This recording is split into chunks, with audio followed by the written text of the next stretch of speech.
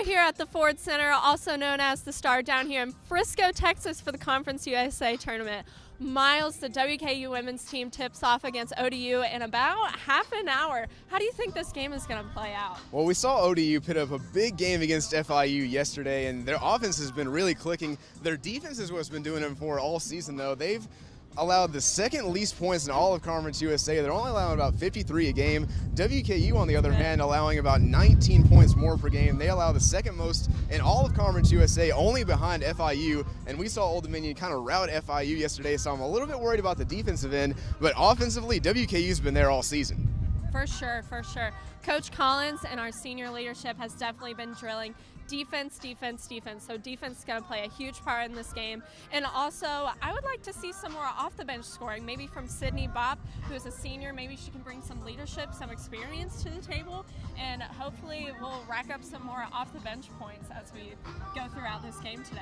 Yeah, I mean, Brewer's been consistent all season long. We've seen El Jadawe really be consistent on both rebounding and scoring, as well as the defensive end, really. She's up to over a block per game now, and Gibbons has been consistent offensively. She's been really knocking down the shots this season, one of the highest field goal percentages in all of NCAA women's basketball.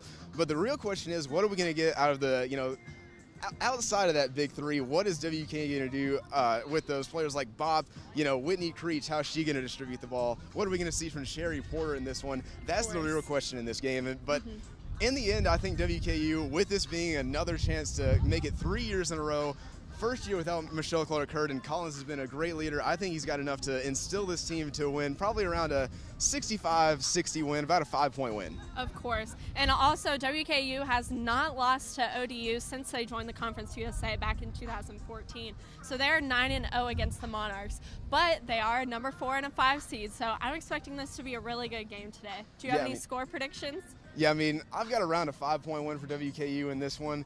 On the North Texas side, I've got around the same prediction. North Texas, the odd thing about that is, though, they're the 10 seed right now. You never really expected it to be this close, but WKU, we saw last night, is going up against a really good Mean Green team. Of course, definitely. Last night we got the chance to see that North Texas game against FIU, and man, North Texas had a great shooting night, great defensive night.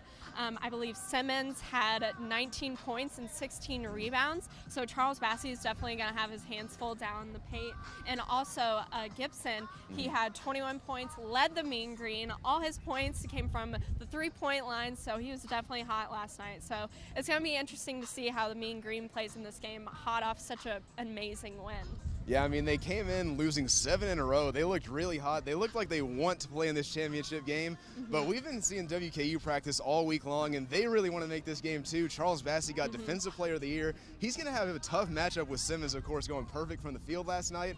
But Bassey's been there all season long, getting around a 19-13 game. I think we're going to get that from him today. I think we're going to see double-digit rebounds, probably a few blocks as well, especially with the teammates hyping him up like we saw in that press conference earlier this week with all of them getting him ready for his defensive performance. We saw Hollingsworth win that award last year, so he's going to bring a lot. He won the third-team All-Conference honors. So really a whole lot of players from WKU right now coming into this tournament hot, Olivia. Of course. It's going to be such a good game.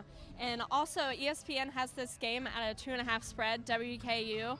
And even though they're number 10 and number 2 seed, that is quite a close spread for a 10 seed and a 2 seed. So it's going to be such a great game today. And also, with North Texas losing streak, WKU is actually the one to start that losing streak in the regular season. So we'll be excited to see who comes out on top on this game. Yeah, I mean, it's really hard to beat a team twice in a regular season, especially when it's a 3-point margin in the first game. My personal prediction in this game, though, is tops around 72-69, around the same score as the regular season, but probably a little bit more high scoring considering we're here in Frisco. The players just really seem to be in a high scoring mood. We saw that on both sides yesterday.